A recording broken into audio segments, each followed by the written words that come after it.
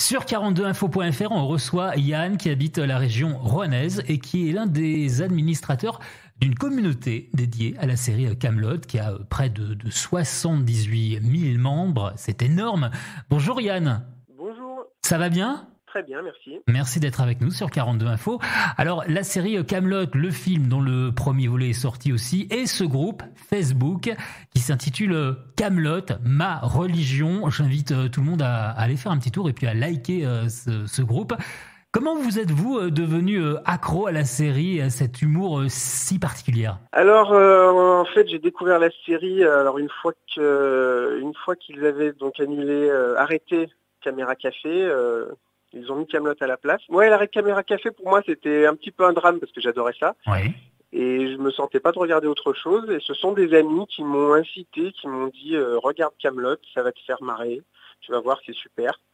Et du coup, j'ai essayé et j'ai accroché très très vite. Donc une vraie religion, comme le nom du groupe. Un petit peu, oui. Et comment vous êtes devenu membre de la communauté ? De quelle manière vous avez rencontré ce groupe ? Alors c'est au hasard des propositions Facebook, en fait. Vu que je regardais beaucoup de choses sur Kaamelott, Facebook m'a proposé ce groupe. Je trouvais le nom original. Et du coup, je me suis inscrit sur le groupe et puis j'ai commencé à beaucoup partager, à beaucoup discuter avec les gens, à faire ce qu'on appelle des batailles de fions. C'est quoi des batailles de fions ? En fait, on s'envoie des petites vannes à la sauce Kaamelott et on a des discussions un peu sympas, un petit peu sympa à la sauce Kaamelott. Voilà. Oh, super. Donc 13 administrateurs, vous êtes très nombreux sur ce groupe à gérer ça. Votre rôle, c'est quoi et qu'est-ce qu'on y trouve justement sur ce groupe ? Alors le rôle principal, c'est quand même de gérer les admissions des gens parce que on ne fait pas rentrer non plus n'importe qui. Normal. Faut quand même que ce soit de vrais fans. Des fans tout court. On s'occupe aussi de gérer les publications qui peuvent entrer. Pareil, on ne peut pas publier n'importe quoi sur le groupe. Donc il faut surveiller, évidemment. C'est déjà le gros du travail. Ouais. Ensuite, tout simplement gérer la connexion entre les gens, gérer aussi le fait qu'il n'y ait pas de problème. Justement, quand il y a des batailles de fions, certains le prennent plus ou moins bien. Donc il faut gérer un petit peu les conflits. Okay. Ça, c'est un problème aussi sur Facebook, gérer les conflits. Et alors pendant le confinement, vous avez fait des lives avec les acteurs de la série. Comment ça s'est organisé ? Comment vous avez réussi à les contacter, à les convaincre, à faire des vidéos ? Comment ça s'est passé tout ça ? Alors on était déjà en contact un petit peu avec certains acteurs, donc certains... On peut les citer peut-être, les gens que vous avez rencontrés, avec qui vous avez gardé des contacts peut-être ? Alors par exemple, on est quelques administrateurs du groupe à avoir eu la chance de jouer dans un court-métrage avec Serge Papagali et Gilles Gravelot, qui jouent les deux paysans dans Kaamelott.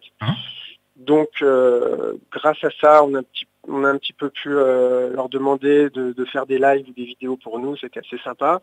Et d'autres acteurs un petit peu moins connus dans Kaamelott, mais qui sont très présents sur les réseaux sociaux, comme Bogotier de Carmoil, qui joue le guerrier 1 dans Kaamelott, qui est très présent sur les réseaux sociaux et qui a été un des premiers à accepter de faire un live. Et ça a un petit peu lancé le truc. Et puis, un petit peu au bouche à oreille entre acteurs, ils se sont donné le mot et ils ont plus facilement accepté nos demandes pour les lives. On peut revoir les lives, on peut revoir les vidéos sur le groupe toujours. Tout à fait, on peut revoir les vidéos du live sur le groupe Facebook. On a aussi une page qui est dédiée vraiment à ces lives et aux choses importantes. Je rappelle le nom du groupe Facebook qui s'intitule Kaamelott, ma religion. Il y a aussi donc un compte Instagram et TikTok. C'est le même nom aussi, c'est pareil ? Voilà, ça s'appelle soit Kaamelott, ma religion, soit K2AR, pardon. On va y aller, on va liker. Car, voilà. Ça réduit, c'est plus simple. Bon, très bien. J'imagine que vous attendez la suite pour les films, la trilogie. Bien évidemment. Là, on est déjà dans l'analyse du premier film. Ça analyse encore beaucoup pour les fans.